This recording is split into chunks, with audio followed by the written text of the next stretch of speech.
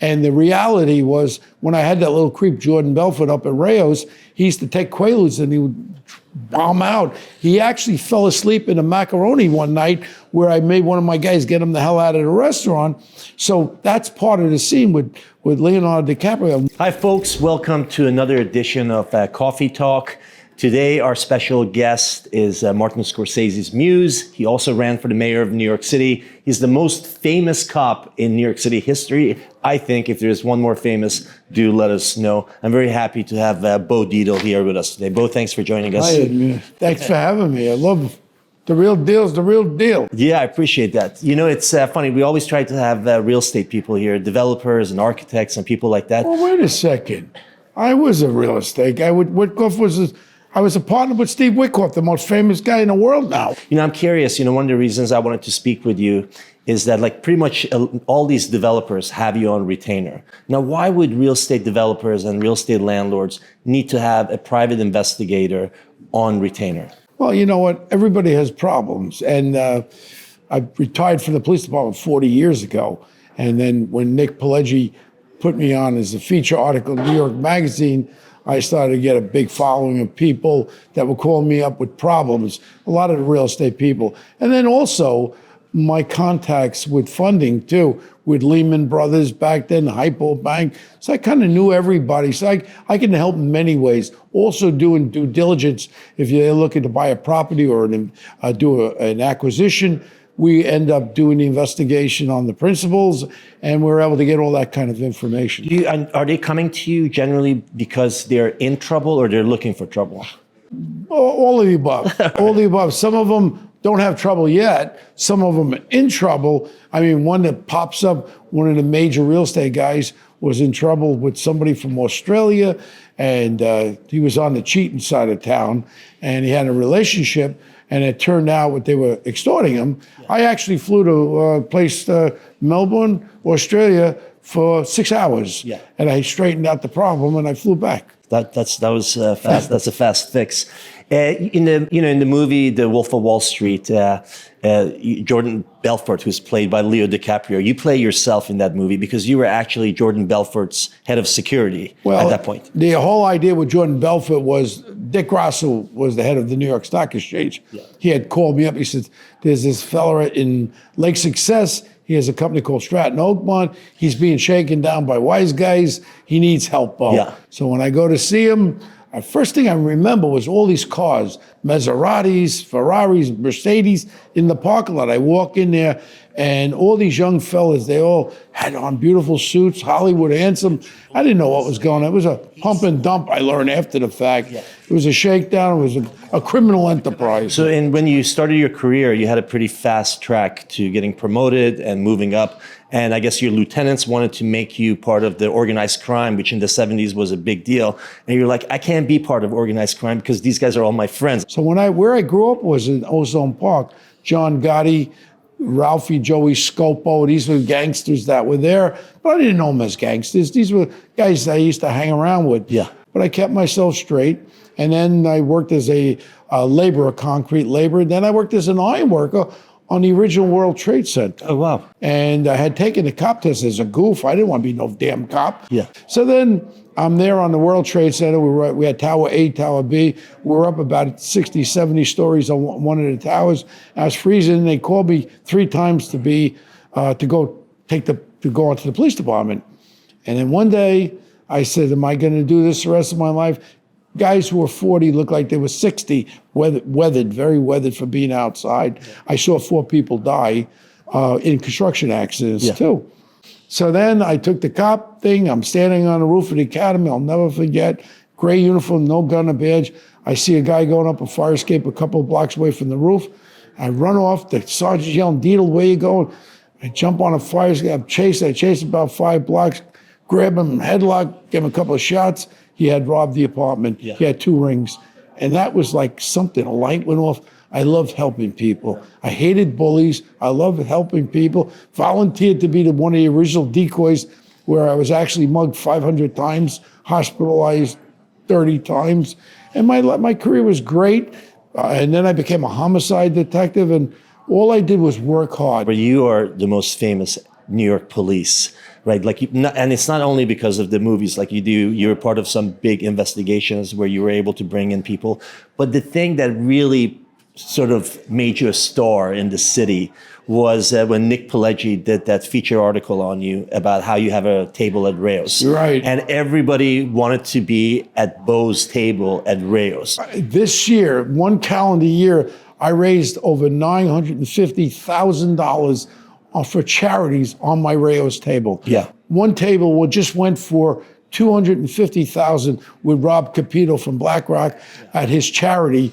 They put $250,000 for the charity. I don't make money on it. I do this for charities, and I use my table to auction off for charities. I'm just sorry, for those of you who are not familiar with Rayo's, it's a restaurant in Harlem. It's a corner restaurant. You walk a few steps down, incredibly small, but impossible to get a reservation at. All the reservations are in reverse, right? Everybody has a table that they show up to. I was given the first table by Frankie back in 1977. Rayo's is a restaurant that opened in 1896 with the Rayo's family. It is probably the most expensive piece of real estate in the world, my table. And my table's the only table right in the front that we could sit 10 people there. And like I said, once the article came out in New York Magazine, a feature article about my life as a cop detective, next things they mentioned about the Rayo's table, I get a call from my dear departed friend Jack Welch from General Electric, Ken Langone, and everyone, Warren Buffett. Everybody wants to sit at the table. I thought the guy was Ronnie Perlman. Oh, Bo, yeah. I thought they wanted to meet me. It was all about coming to dinner at Rayo's, and to this day, it's the hottest table that you can get. Can you talk about the story about how you went up there with Martin Scorcese and Ellen Lewis? And they were like, who are these characters? And then they wanted them to be in GOODFELLAS. So when I first meet Nick Pileggi, he's writing a book called Wise Guys, which became the movie GOODFELLAS. So Nick is like my relative. I love Nick like a father. He's 92. I talk to him all the time. I love him. So now Nick says to me, my book came out, One Tough Cop, in '88, and then Nick was working on the screenplay for GOODFELLAS. So he goes, Bo, you think we could bring Martin Scorcese up to your table? I said, damn right, Martin Scorsese. So he's at the table. Ellen Lewis, the casting director's with him. Ray Liotta, God rest his soul, Lorraine Bracco, and Nick Pileggi. And I never forget, Scorsese was looking up towards the bar, and he sees all the characters. We had P.D. Neck there, his neck was stuck. Johnny Roast Beef, he owned the deli. Mikey Black, dark complexion. He's looking at all these guys. It was different back then. You had neighborhood guys there. He goes, Bo, do you think I could come back on your table next Thursday? Marty, whatever you want. He goes, anybody who wants to be in GOODFELLAS, tell them to show up. We cast it. 18 people the next week from Rayo's in the movie, including the fella that wrote the Green Book there from the Copacabana. Sure, yeah. And Frankie and all these characters were casted by Martin Scorsese. So is that where the scene comes from, where it's like a Jimmy Two-Time and Tommy Fatneck? Yeah, these were characters. Mikey Black was in there, and all these characters popped up, a lot of the characters. So they were actually in GOODFELLAS, and he had this kind of eye for that. And then all of a sudden, we fast forward with movies with Marty, and I did I think 5 movies with him. And then it comes up he gives me a call, and he goes, I'm going to do a movie on this book, The Wolf of Wall Street. I said, that creep, he's the rat of Wall Street, but I'll do the movie. So he goes, I have this character, Bo Dietl. Who do you think I should get to play him? And I used a curse word, and I said, Marty, I'll play myself. And I did. And it's so funny because in that movie, in your character, it sounds like you're not reading a script. It sounds like you're just talking, because pretty much all of your characters in his movies, they sound like you, basically. Well, you're going to be with me, and there's another character, Chris Brancato, he did Narcos, he does The Godfather Harlem, and I play a wise guy. And in reality, I play different characters sometimes in the movies, but that When I was playing Bo Dietl, I was Bo Dietl. And the reality was, when I had that little creep, Jordan Belfort, up at Rayo's, he used to take Quaaludes and he would bomb out. He actually fell asleep in a macaroni one night where I made one of my guys get him the hell out of the restaurant. So that's part of the scene with Leonardo DiCaprio. Marty, we do the script. He likes the lines done right, but then he says, take it. And then you become that character. When you're just going with the script, it's great. They want you to do that, but then they want you to put the variable. You were an officer in New York City in 1965 to 1985. No, it was 1970 to 1985. I'm sorry. So 1970 to 1985. Yeah. And those were the 70s in New York were a tough time. So now you hear people talk about how New York is on the decline and all of this stuff. You're sort of part of the fabric of New York all these years, from as a police detective and all sorts of other things that you do. What's your take on that? Well, the biggest difference is this bail reform bullcrap. When we were arresting people, we used to have 2,000 murders some of those years back in the 70s and 80s. And what do we have now? What's crime? I think they're down to less than 400, and that's 400 too many. But the point is, the difference was we would be able to arrest these guys and prosecute them and put them in jail. Now it's a revolving door. They're out of the precinct before the cop even finishes the paperwork. That is the biggest problem. The police officers do not have any kind of support in New York City, and they're leaving by the droves. We're down 10,000 less cops. Wow. Nobody wants to be a cop, because all of a sudden you have a city council that's so liberal. They tell the officers, you can't use a headlock. I used a headlock 100 times. A headlock's not a chokehold. When a little guy, if I'm to take you down, what are you, 6'4"? Yeah. So if I'm to take you down, I'm going to grab you in a headlock and bring you to the ground. Right. It's not a chokehold. Right. And I used it 100 times, nobody died. Right. Now if a cop does that, they'll prosecute the cop for using a chokehold. Right. Diaphragm law. How do you handcuff somebody without climbing on top of them? Now they actually, if you're a police officer now, they could sue you personally. Yeah. So what in the hell would you want to do any work? And they're losing the best of best cops. So you ran for mayor in, so what do you think about that? What urged you to do that? Ken Langone came to me, Stevie Cohen that owns the Mets. They said, Bob, we got to take out this de Blasio guy. He's destroyed his ass. Got it. One condition, Bo, you got to run as a Democrat. Now, I was a registered Republican at that time. I don't care about party. I know what's good and what's bad and what's right for this city. I love New York City. And I said, sure. So now I go to run. I take the application. I switch from Republican to Democrat, and I check the box. And then I also check another box for independent. I figure I'll run on another party on the crime candidate. So next thing is I hear David Goodman from the New York Times calls me. He said, Bo, you're not on the list of Democrats. So I call up the Board of Election head and I said, what's up with this? He goes, well, Bo, you made a mistake. Although it's been done many times, we'll send you an affidavit. Get it notarized. You'll be put right on the Democratic line. Yeah. I do it. 2 months go by. Goodman calls me again. He says, you're not on. I call up the head of the Board of Election, who was appointed by Big Bird de Blasio. Yeah. I named him Big Bird because he was tall and he's tall and he's stupid. And now all of a sudden I call up the Board of Election. He goes, well, sorry to tell you, but we had a meeting. You're not going to have any line in this. I said, what are you, nuts? So I hired Marty Connors, a former state senate election law attorney. He goes, Bo, give me 40 grand. I've handled these things before. I gave him the 40,000. First stop was Supreme Court.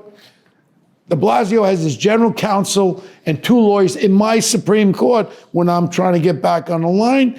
And the judge, they looks at them, the judge says, there's no need for hearing. Mr. Dietl, I got some bad news for you. You're not going to be on any line.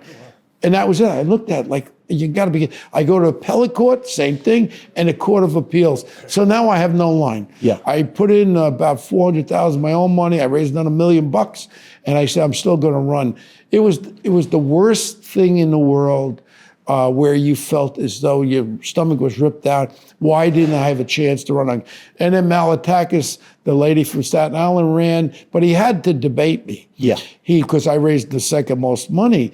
And I'll never forget Channel 2, Maurice Dubois. I love Maurice Dubois. He's on national TV now. Yeah. And he's a friend. He lived in my building. And I'll never forget when I debated de Blasio. And here was the famous thing.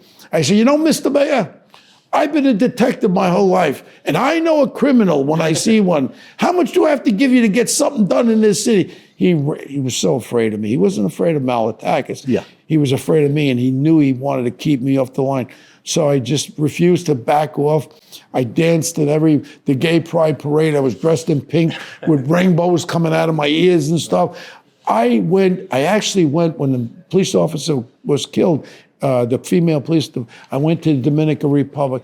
I tried my hardest. I went all over the city, and I was the servant in all the Hispanic communities, the black communities, when I was a cop and a detective. I didn't work in no fancy place. Right. That's what I wanted to do. And I went after all the gangs in East Harlem, and I would have really been a hard-working mayor. One thing about me, there would have been no corruption involved, like this current mayor with all this corruption that's going on in New York City. Well, I mean, what do you think? I mean, he was a former police captain. He made 5 arrests in 20 years. I made 5 arrests in 2 hours. So. But what do you think about the corruption charges against them? Because they don't seem to be the kind of corruptions where you see an envelope being passed or anything like that. It seems like it's upgrades and things like that. What am I missing here? I'm going to give you a big one. Okay, give me. Tip of the iceberg. Tell me. $6-point-something billion on the migrants. I was approached by his people to do security, to charge 3 times the going rate with a 20% back to some consultant firm. That's corruption. And that's only the tip of the iceberg. What he's being charged in with these Turkish airline upgrades, that's bullcrap. Did you think about every one of his lieutenants, Phil Banks, the other Banks, Pearson, the commissioner, everyone's gone. Why are they all gone? $6.8 billion in migrant stuff. Security was $1.3 billion for security for 2 years. Yeah. Wonder why. This is so deep, this corruption, and they're missing the mark on it. That is not the corruption that I'm talking about. I'm talking about hundreds of millions of dollars. All you got to do is follow the money. Why weren't there RFPs? Why weren't these bids open for people to bid on? I'm asking you that question. So they came to you and they said to charge 3 times more than what you would normally charge, but you had to give a kickback to some consultant. Yes. Who was the consultant? The consultant was someplace at some joint in Texas, Garner or something like that. But hold on. Yeah. I actually told the mayor about it. He goes, I don't know what you're talking about, Bo. I said, well, you're the mayor. And he hasn't talked to me since. This is 5 months ago. Yeah. And I'm telling you something. I'm real aggravated because I would have gotten caught up in it. And I refused to get caught up in kickbacks. There is so much there. All you got to do, if you're a detective, is follow the money. Follow the companies that got the bids and where did the money go. But that's not part of the investigation right now. Or no, and I hear now what's upsetting to me. I hear he's going to get a pardon from my friend President Trump. Yeah. And I'm so aggravated because I hate corruption. Yeah. And you know what? It gets me sick. I could have made a couple $100 million doing it, but I wouldn't do it because that's why I'm in business 40 years. All these other companies that did it, all you got to do is follow the money. Why were you sending a percentage to a consultant firm? Why were you charging 3 times over what the going rate is? It just seems so short-sighted that, for the mayor to do that. It's for me, because so far all we've seen is the upgrades. So for me, it's really hard to believe that he would actually try to defraud the city. Personally, I thought the city had good momentum. Where are all his lieutenants? They're all gone. Yeah. They're all gone. Why did they all jump off the sinking ship? He told them leave, and now he's going to go on one of these. Well, I really didn't know anything about it. But all I say is follow the money. I think we're moving a little too fast if we're going to pardon him. A little too fast. Let's see what's coming. You know what the best thing that could happen? Alvin Bragg. File charges against Alvin Bragg. This way he can't get a pardon from my friend Donald Trump. I love President Trump. If the January 6th insurrectionists are going to get pardoned, I think the mayor of New York City is entitled to a pardon. You know what pisses me off is that, these guys were able to get away with stealing money from the city. Yeah. I mean, $6.8 billion on the migrant. Yeah, that's it. And then remember, he said, I had nothing to do with the migrant. He was welcoming them when they come off the bus, giving them water, cell phones, all these things. And now I really had nothing to do with it. I think it was a subterfuge for all this migrants coming in to steal money. That's if somebody would have to prove that. Oh yeah, that's follow the money. Even if he is pardoned, doesn't seem like the Democratic Party is going to back him. He's over. So there's no chance of him being reelected. He is over. Who do you Maybe he'll get a job. Maybe President Trump will give him a job. Who do you think would be good for the city? Who's a likely candidate right now? Because the city really needs the momentum. They need the leadership. We haven't had real leadership since Bloomberg, and then we had the 8 years of de Blasio. And then unfortunately, this whole thing happened with Adams. You know what I like for them? I thought one of our greatest mayors, believe it or not, was Michael Bloomberg. Michael Bloomberg, to me, was the greatest mayor we ever had. He went against everybody, honest as the day was light. Michael Bloomberg, you couldn't shake him. He went after everybody. I like a politician to have a lot of money, business sense, because it is business. You're running a budget of $100 and something billion. So you need a real business. And then you have to hire people around you that are without sin or non-corruptible. Right. If you hire all these Jacques Louis that the mayor Eric Adams hired, all these criminal elements around him that were ripping and stealing, you are who you are or who are around you. Well, who do you think would be a good candidate today? Somebody rich with a business background. How about Steve Witkoff? Oh, I love Steve Witkoff. What do you think? Wow. Wow. I think that's a great idea. Let me tell you something. I don't like it. I love it. Excellent. Yeah, I think, and he would have the federal government's backing, obviously. Wow. And let's say it today. Yes. Steve, if you're listening, come on, baby. You'd be a great mayor, and you'd have me in back of you, and I'd work for nothing. This is actually Steve Witkoff's favorite show, so he's definitely watching. Yeah. Yes. So he's one of the most honest, hardworking guys, Steve, and I've been I was a partner with him back in 1990. We bought the Woolworth building. We bought a lot of different real estate properties in New York. I love Stephen Witkoff. And then when he went through his tragedy with his son Andrew, I was with him to identify him when he came from California, and that was he went after the guys that supplied the drugs, and that was something that really broke his heart. And it's still a main thing on his mind. And I just love Steve and his family. Wow, that's my pick for mayor. You're known to be a big-time gambler. You're a big-time gambler. No, I was past tense. Yeah. And matter of fact, Steve helped me out a couple of times. There was a couple of debts that I had from some casinos, and Steve picked up my chit there a couple of times. We stopped gambling about 10 years ago. So I have a problem with gambling halls. Yeah. I have a problem with casinos. I feel like they bring additional vice to wherever they go. And the idea of casinos coming to New York City, I think it's a bad idea, because the city is wonderful enough without having to, it has enough draw without having a casino here.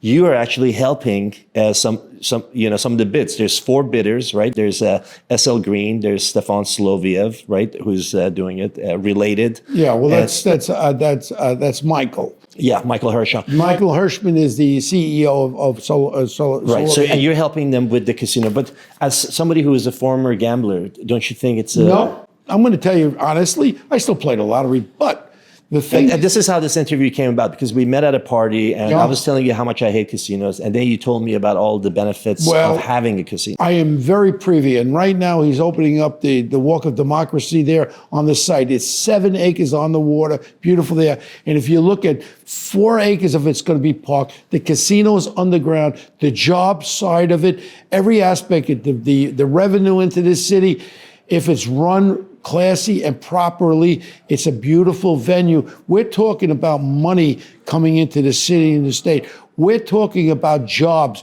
We're talking about helping the area and the community. If this... What part of Manhattan needs help? Well, I mean, you don't, if you put any kind of a hotel without a casino, it's going to draw people to it. You don't need to have the casino portion the to difference between my friend Michael Hirschman and every other one, he will not give a penny to any politicians. What he's doing is he's getting the community behind him. And we have the dinners and meetings with the community and any of the problems. And then part of the whole deal is going to be to bring more opportunity for the area there. And I'm telling you something, out of all the bids I looked at, and I looked at all of them, this one here is really great because you have 7 acres, 4 acres is park. It's going to be park where people in the neighborhood could go walk. The casino's underground. But you're saying that they're not giving obviously, to make a development that big in New York City, you're going to have to pass off some envelopes. No. Michael Hirschman will not pass off any envelope. No, I'm saying not envelopes in that sense, but you're going to have to be supportive of the politicians who can push something like that forward, obviously. And the difference is the property is owned by Solovi. Yeah. You don't have to buy anything. You don't have to. He has the approvals for 4 towers, 4 towers right there already. Everything's there. He don't need anything. Like Steve Cohen's project over there, he has to buy city land. This other guy over here with the High Line there, panicking, that's finished over there. The reality is, if it could be done well, Yeah. and I'm very supportive, and I have done assessments with the security aspect of it. We're even talking about putting like a satellite precinct that would be close to the where it would be. So this is really, I'm very passionate about it because I've been with it from the beginning. Yeah. And what they're doing right now, he has this walk of democracy where they have screens with tents where you follow through democracy from 1776 and showing the kids. Now he's doing a big thing with all the children in New York City to come through here and learn about our country and democracy. I love it. I think it's a fabulous thing. Why are you involved in that to begin with? Why? Yeah. I really believe in it. And I know. No, I'm saying like they came to you because for you Well, to do what? I know Michael 40 years, Michael Hirschman. Yeah. And he's one of the most honest guys I've ever met in my life. One of the most honest spies. Well, Like, he used to be a spy, he right? did his job, Yeah. and he was an investigation guy like I was. He worked on the with the Senate and all that. Then he worked with the Department of Investigation.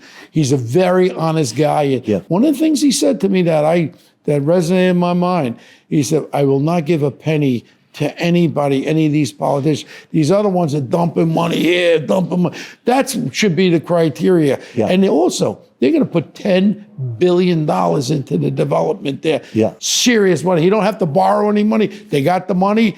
I love it. And I really believe gambling's something. And I was a degenerate gambler, and I'm not proud about it. 2020 did an article. I used to bet all kinds of money. I sold a company once for $200 million, and I had like $60 million, and I was pissing it away as fast as I could get it. But I had it. Yeah. I didn't steal it. I didn't borrow it. But in reality, gambling is a disease. Yes, it is. It's something also. We are dealing with pot now. Yeah. We're dealing with the approval of pot. To me, it's shrinking everyone's brain, but we have it. But it could be done right with the gambling as long as it's controlled and you control yourself. Right. You drink? Yeah, I do. Well, I drink too. Yeah. But we could have 1 or 2 cocktails and then we can end it. But if you're going to go the whole night and then you got to sop you off the ground, that's not a good thing, right? Why did Douglas Elliman say that they weren't a client?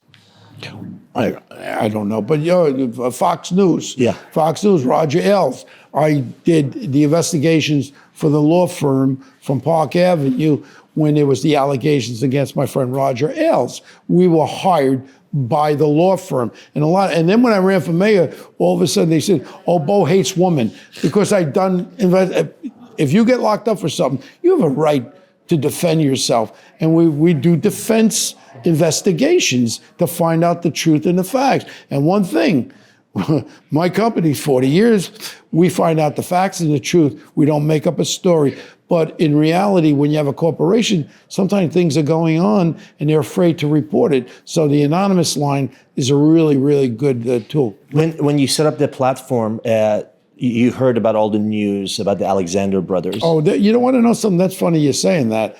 When we were in there, when we were with Douglas Elliman, honestly, I didn't hear anything about these 2 pieces of garbage. That's the thing. Everybody says it was like so well known, yet nobody talked about it. Well, and nobody ever called our hotline to tell us. Right. So, I mean, in reality, it was something that I guess, it wasn't that obvious because we would have found out or someone would have made a call. Look, I was the victim. Well, Bo, this was wonderful. Thank you for being here today. Don't go against my casino. I love Look, it. these guys, the writers love the casino too, I think. So you're in. And I'll tell you what I'll do. I'll make sure grand opening night, you go with me. Yeah, that would be fun. We'll do it together. All right, folks, thank you for tuning in for another episode of Coffee Talk. Thank you.